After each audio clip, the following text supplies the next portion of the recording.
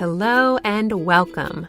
You're listening to the Healthy Moving Podcast, the show all about helping you to exercise less, but move more so that you will feel better. I am your healthy moving enthusiast, Jen Hoffman of stayathomeyoga.com. It's late January and many of my friends and students have told me they've already fallen off the wagon with respect to their goals for the year. If you're in the same boat, today's show is for you. We're talking about the enemy of change, resistance, and how to overcome it. Plus, I'm answering a listener question about the most important muscle you've probably never heard of, the psoas. Stick around. We're going to get you back on track and feeling fantastic. So one of my own personal goals for this year is to wrap up and complete a certification program that I've been pursuing for the last few years. And honestly, I thought this one was going to be a slam dunk. I've been preparing and studying for years, and the last step was just to head to California for this final training session and an exam in early January. I thought I would be able to cross this off my goals list early in 2015, no sweat. Well, you can hear the foreshadowing, right? The week before my family and I were supposed to fly across the country was a nightmare. I won't bore you with the details, but suffice it to say, it was one thing after another.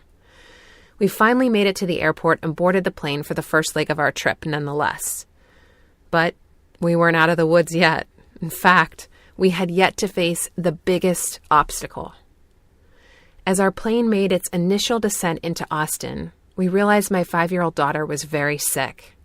Instead of getting on the next plane to California, we hopped in a cab and headed to the emergency room. Now, there's a side note, and I have to tell you, of course JetBlue isn't paying me to say this, but their team was amazing to us. They were a bright, shining light on a very dark day, so I just have to tell you how wonderful they were to us. They rebooked our flight and took care of everything for us while we rushed to the hospital. They were also all genuinely concerned about my daughter, and they just went way above and beyond. So a special shout out, JetBlue, I love you. I'm so grateful for you. Thankfully, the wonderful ER doc in Austin had our girl feeling better in no time. But I was a mess. I was pacing the room, wondering if the whole trip was just a huge mistake, thinking we should just go home. This is a sign. Maybe I'm not meant to do this. It's all just too hard. Do those thoughts sound familiar? Anyone who has ever tried to pursue a goal that will improve their health or their life in general has met with this force, resistance. There is no such thing as change without resistance. In fact, in his book, The War of Art, Steven Pressfield says, the more important a call or action is to our soul's evolution, the more resistance we will feel toward pursuing it. So how do we overcome this resistance? It's actually quite simple. We don't believe the lies that it tells us. One of my favorite daily intentions is, don't believe everything you think. See, resistance does most of its work in our thoughts. It plants weeds like, I can't do this. I don't have what it takes. This is too hard. It's a sign. When you notice those thoughts, don't believe them. Think instead of resistance as a good thing, a sign that you're moving toward positive, important change.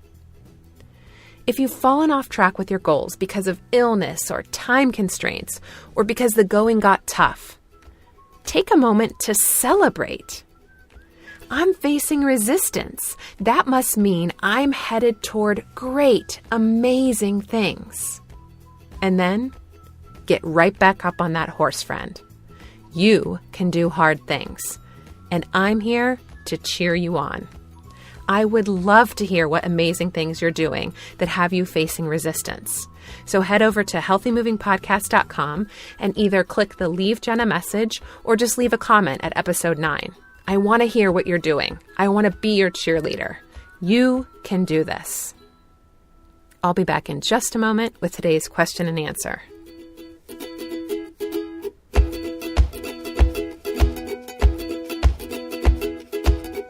Before we get to today's question, I just want to remind you, I hope you find this helpful, but my answers to your questions and all of the information that I share in the podcast, it's never intended to replace medical advice, okay? All right, let's hear from Julie. Hi, Jen. My name is Julie, and I am having some low back discomfort in the SI joint region, and I've been going to an acupuncturist for a while. She suggested when I saw her today that I begin focusing on my psoas, and she said just to work on stretching it, strengthening, because it's the key to so many other aspects of our low back health. So I just wanted to ask you, you have so many wonderful poses on your site. I just wondered if you could pinpoint for me quickly, if I'm going to isolate the psoas, which of your poses might be the best ones to start with. Once I am feeling better in the low back region, I'm going to expand out, but I'm noticing right now certain poses hurt. So per the advice of the acupuncturist, I am going to focus on the psoas. So any recommendations you have would be wonderful. Thank you so much. I appreciate it. Bye. So be honest. Have you ever heard of the psoas before? I like to say it connects the top of you to the bottom of you because it runs from the spine. It attaches at the bottom of the thoracic spine or the top of the lumbar spine and runs all the way down to the femur. So it crosses a lot of joints and it can wreak a lot of havoc along the way. Back pain, like Julie is having, is one of the most common complaints. So Julie, I'm going to give you a stretch for the psoas like you asked, but I'm also going to give you something extra to think about. It's particularly important with the psoas. So let's do the stretch first. You can actually target the psoas if you just dial in your general lunge a little bit more specifically than you probably do. So let's just do one now. With the right foot forward, step the left foot back. You want to position your right foot far enough away that your shin is vertical, perpendicular to the ground. Now, normally, as you sink into the lunge here and let your pelvis descend toward the floor, what often happens for people is that the pelvis tilts forward so that the top of the pelvis comes forward and the bottom of the pelvis goes back. Can you instead keep the front of the pelvis? The three bony markers for that are the two ASIS or anterior superior iliac spine, the two bony prominences at the front of your pelvis, and the pubic bone. Can you keep them in a vertical plane as well as you let the pelvis descend down? Don't let the pubic bone drop back behind them. You might actually need to focus on pulling it forward. That will dial in right to the psoas. Try it on the left side as well. So that's the stretch. But there's something else about the psoas. Yes, sometimes we need to stretch muscles and sometimes we need to strengthen muscles. But there's a third thing we often neglect, and that is that we sometimes need to release a muscle. It's actually a quite passive and even relaxing process. It's simply letting go of holding or tension that you have. All of our time spent sitting causes us to really hold a lot of tension in the psoas. We don't have a good neurological connection with it, so we're not great at releasing that tension. So try this. Grab a couch cushion or a rolled up sleeping bag, or if you have one, a yoga bolster. Lay it on the floor, and when you start, just start with the knees bent and the soles of the feet flat on the ground. We're going to place the head and the top of the shoulders on the bolster or whatever prop you're using, but let the rib cage hang off.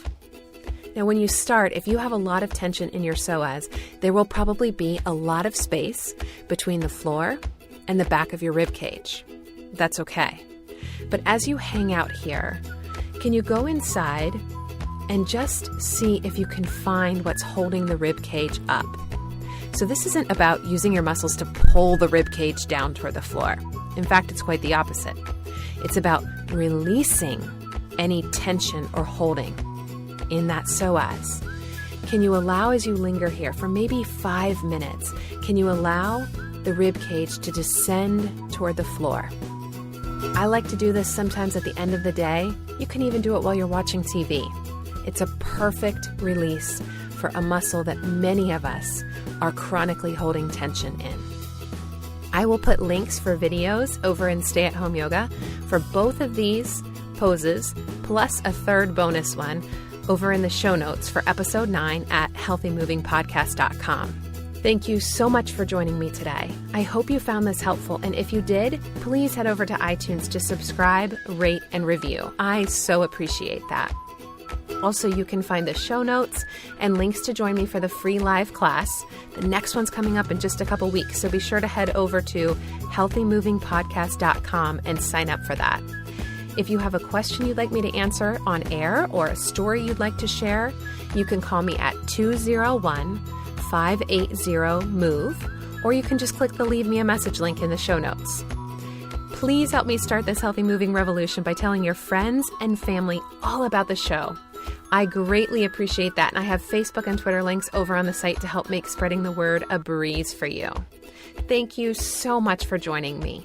Until next week, friends, keep moving.